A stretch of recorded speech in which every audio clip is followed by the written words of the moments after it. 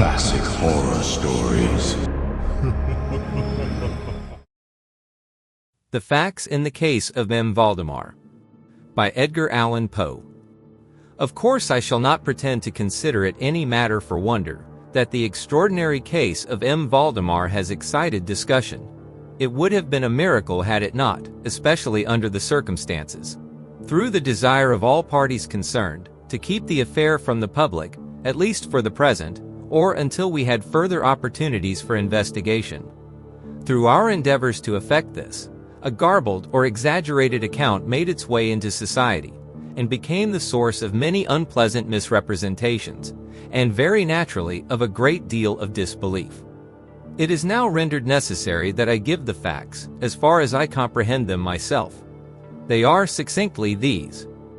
My attention for the last 3 years had been repeatedly drawn to the subject of mesmerism, and about 9 months ago it occurred to me, quite suddenly, that in the series of experiments made hitherto, there had been a very remarkable and most unaccountable omission. No person had as yet been mesmerized in articulo mortis. It remained to be seen, first, whether in such condition there existed in the patient any susceptibility to the magnetic influence. Secondly, whether, if any existed, it was impaired or increased by the condition. Thirdly, to what extent, or for how long a period, the encroachments of death might be arrested by the process.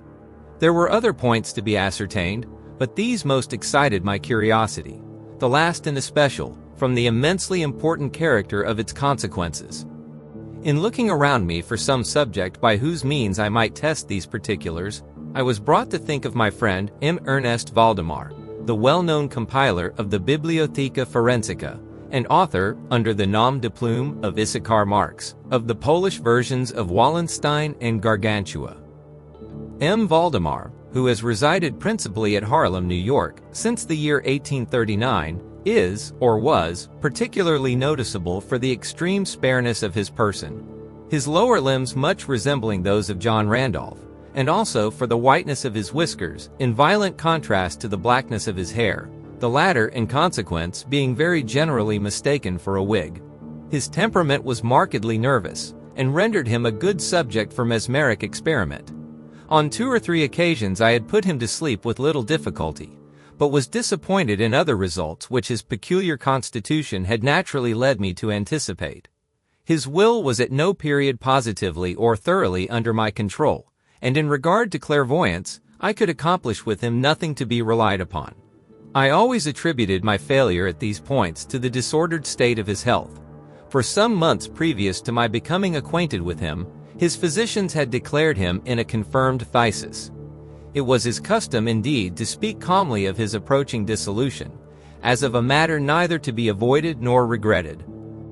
When the ideas to which I have alluded first occurred to me, it was of course very natural that I should think of M. Valdemar.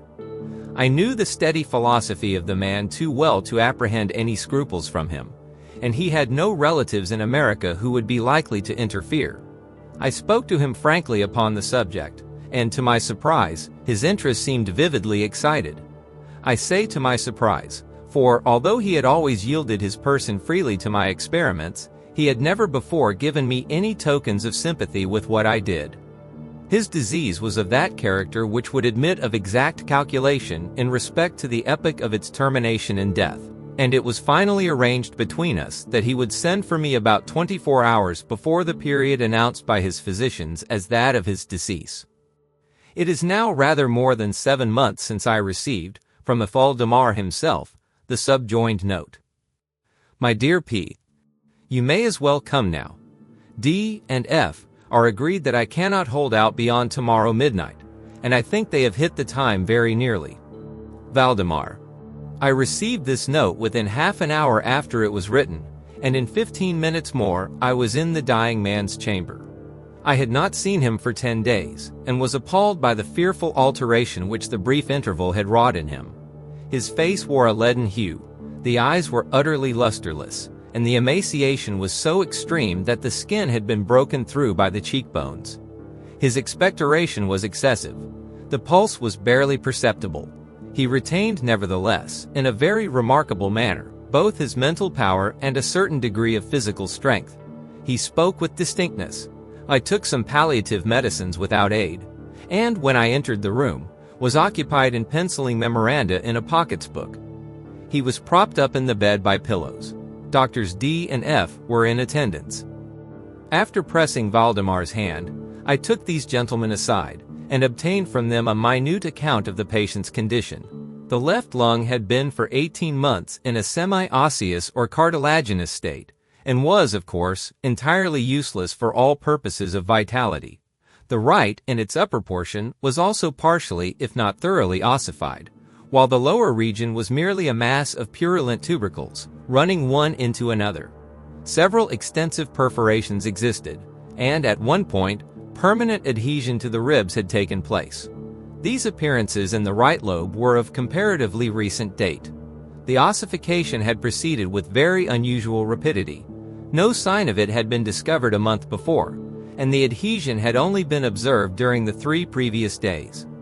Independently of the phthisis, the patient was suspected of aneurysm of the aorta, but on this point the osseous symptoms rendered an exact diagnosis impossible. It was the opinion of both physicians that Mem Valdemar would die about midnight on the morrow, Sunday. It was then 7 o'clock on Saturday evening. On quitting the invalid's bedside to hold conversation with myself, Doctors D and F had bidden him a final farewell. It had not been their intention to return, but at my request, they agreed to look in upon the patient about 10 the next night.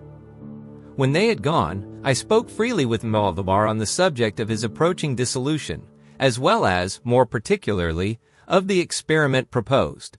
He still professed himself quite willing and even anxious to have it made, and urged me to commence it at once.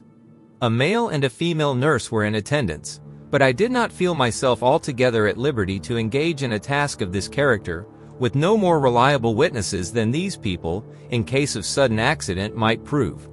I therefore postponed operations until about 8 the next night, when the arrival of a medical student with whom I had some acquaintance, Mr. Theodore L.L., relieved me from further embarrassment. It had been my design originally to wait for the physicians, but I was induced to proceed, first by the urgent entreaties of M. Valdemar, and secondly, by my conviction that I had not a moment to lose, as he was evidently sinking fast. Mr. L.E. was so kind as to accede to my desire that he would take notes of all that occurred, and it is from his memoranda that what I now have to relate is, for the most part, either condensed or copied verbatim. It wanted about 5 minutes of 8 when, taking the patient's hand, I begged him to state, as distinctly as he could, to Mr. L.L. whether he, M. Valdemar, was entirely willing that I should make the experiment of mesmerizing him in his then condition.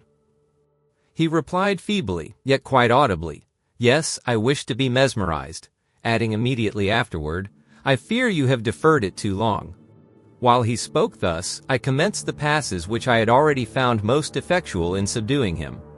He was evidently influenced with the first lateral stroke of my hand across his forehead, but although I exerted all my powers, no farther perceptible effect was induced until some minutes after 10 o'clock, when Doctors D and F called according to appointment. I explained to them in a few words what I designed, and as they opposed no objection, saying that the patient was already in the death agony, I proceeded without hesitation, exchanging, however, the lateral passes for downward ones, and directing my gaze entirely into the right eye of the sufferer. By this time his pulse was imperceptible, and his breathing was stertorous, and at intervals of half a minute. This condition was nearly unaltered for a quarter of an hour. At the expiration of this period, however, a natural, although a very deep sigh escaped the bosom of the dying man, and the stertorous breathing ceased. That is to say, its stertorousness was no longer apparent. The intervals were undiminished. The patient's extremities were of an icy coldness. At 5 minutes before 11, I perceived unequivocal signs of the mesmeric influence. The glassy roll of the eye was changed for that expression of uneasy inward examination, which is never seen except in cases of sleep-waking, and which it is quite impossible to mistake. With a few rapid lateral passes, I made the lids quiver, as in incipient sleep, and with a few more, I closed them altogether. I was not satisfied, however, with this, but continued the manipulations vigorously and with the fullest exertion of the will, until I had completely stiffened the limbs of the slumberer, after placing them in a seemingly easy position. The legs were at full length, the arms were nearly so, and reposed on the bed at a moderate distance from the loins. The head was very slightly elevated. When I had accomplished this, it was fully midnight, and I requested the gentlemen present to examine M. Valdemar's condition. After a few experiments, they admitted him to be in an unusually perfect state of mesmeric trance. The curiosity of both the physicians was greatly excited. Dr. D resolved at once to remain with the patient all night, while Dr. F took leave with a promise to return at daybreak. Mr. L.L. and the nurses remained. We left M. Valdemar entirely undisturbed until about 3 o'clock in the morning, when I approached him and found him in precisely the same condition as when Dr. F went away. That is to say, he lay in the same position. The pulse was imperceptible, the breathing was gentle, scarcely noticeable, unless through the application of a mirror to the lips. The eyes were closed naturally, and the limbs were as rigid and as cold as marble. Still, the general appearance was certainly not that of death. As I approached M. Valdemar, I made a kind of half-effort to influence his right arm into pursuit of my own, as I passed the latter gently to and fro above his person. In such experiments with this patient, I had never perfectly succeeded before, and assuredly I had little thought of succeeding now. But to my astonishment, his arm very readily, although feebly, followed every direction I assigned it with mine. I determined to hazard a few words of conversation. "M. Valdemar," I said, "are you asleep?" He made no answer, but I perceived a tremor about the lips, and was thus induced to repeat the question again and again. At its third repetition, his whole frame was agitated by a very slight shivering. The eyelids unclosed themselves so far as to display a white line of the ball. The lips moved sluggishly, and from between them, in a barely audible whisper, issued the words, "Yes, asleep now. Do not wake me. Let me die so." I here felt the limbs and found them as rigid as ever. The right arm, as before, obeyed the direction of my hand. I questioned the sleep-waker again. "Do you still feel pain in the breast, Monsieur Valdemar?" The answer now was immediate, but even less audible than before. "No pain. I am dying." I did not think it advisable to disturb him further just then, and nothing more was said or done until the arrival of Dr. F, who came a little before sunrise, and expressed unbounded astonishment at finding the patient still alive. After feeling the pulse and applying a mirror to the lips, he requested me to speak to the sleepwaker again. I did so, saying, "Monsieur Valdemar, do you still sleep?" As before, some minutes elapsed ere a reply was made, and during the interval the dying man seemed to be collecting his energies to speak. At my fourth repetition of the question, he said very faintly, almost inaudibly, "Yes, still asleep, dying."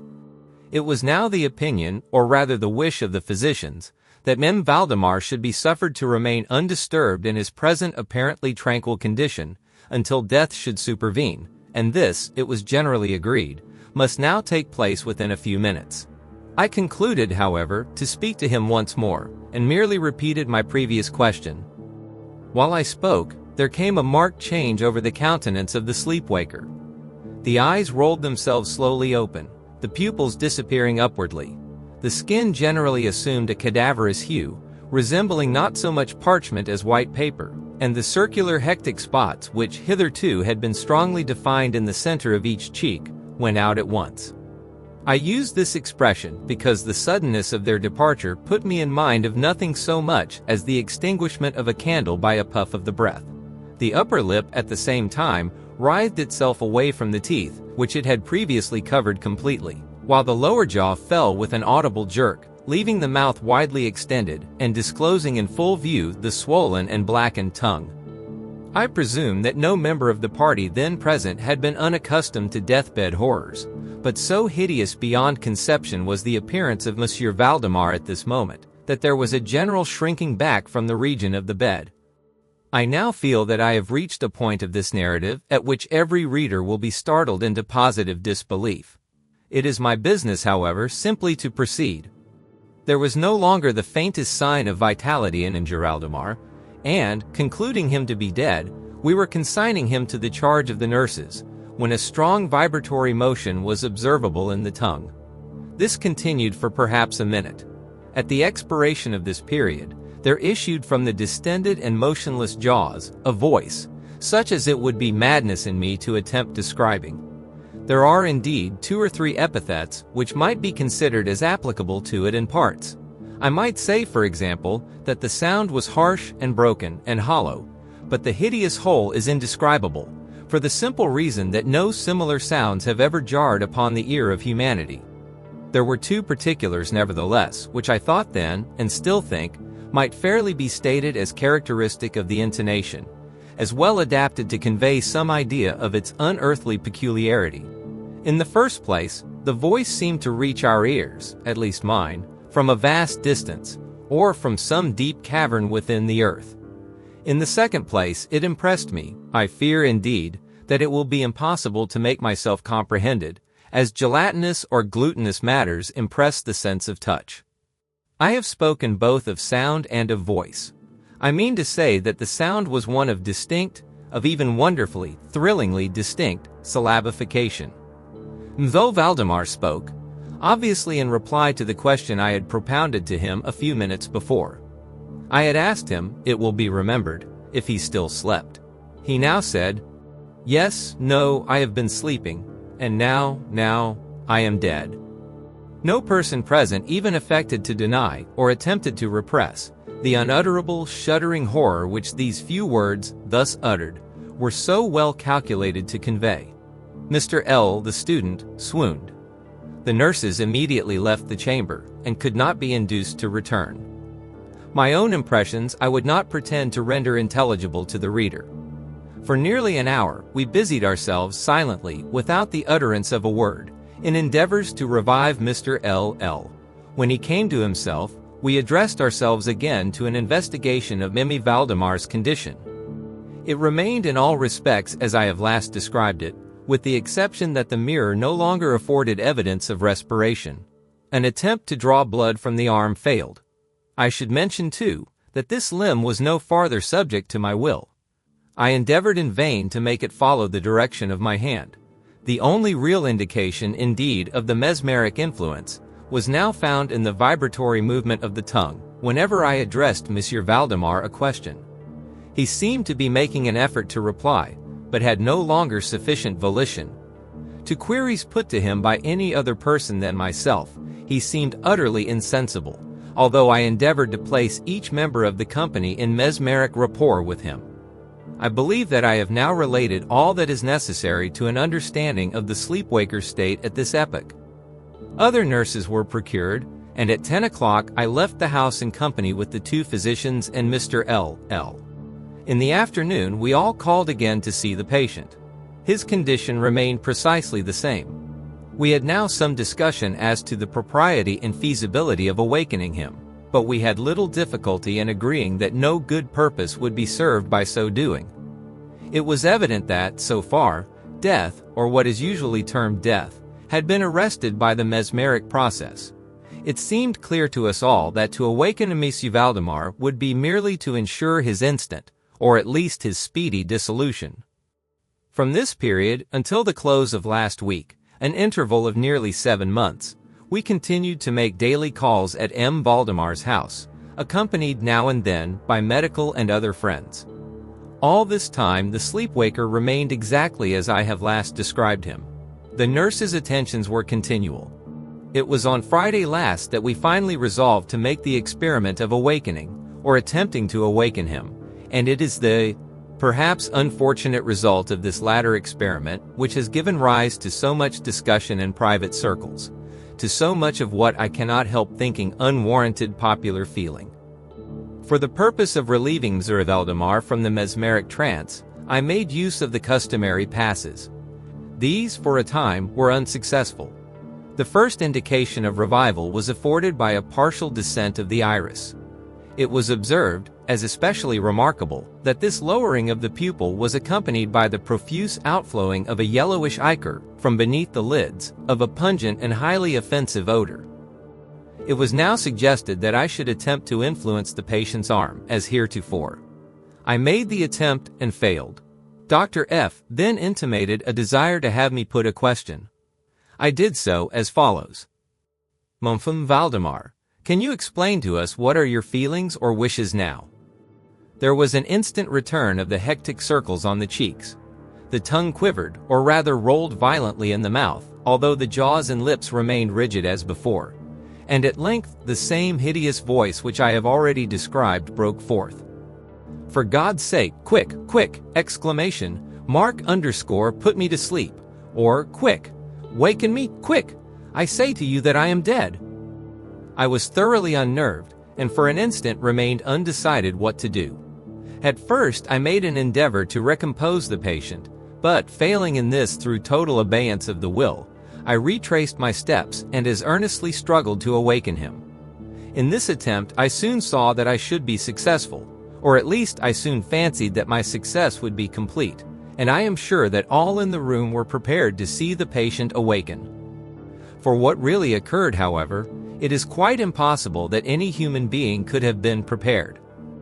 As I rapidly made the mesmeric passes, amid ejaculations of, "Dead, dead," absolutely bursting from the tongue and not from the lips of the sufferer, his whole frame at once, within the space of a single minute or even less shrunk, crumbled, absolutely rotted away beneath my hands. Upon the bed, before that whole company, there lay a nearly liquid mass of loathsome, of detestable putridity.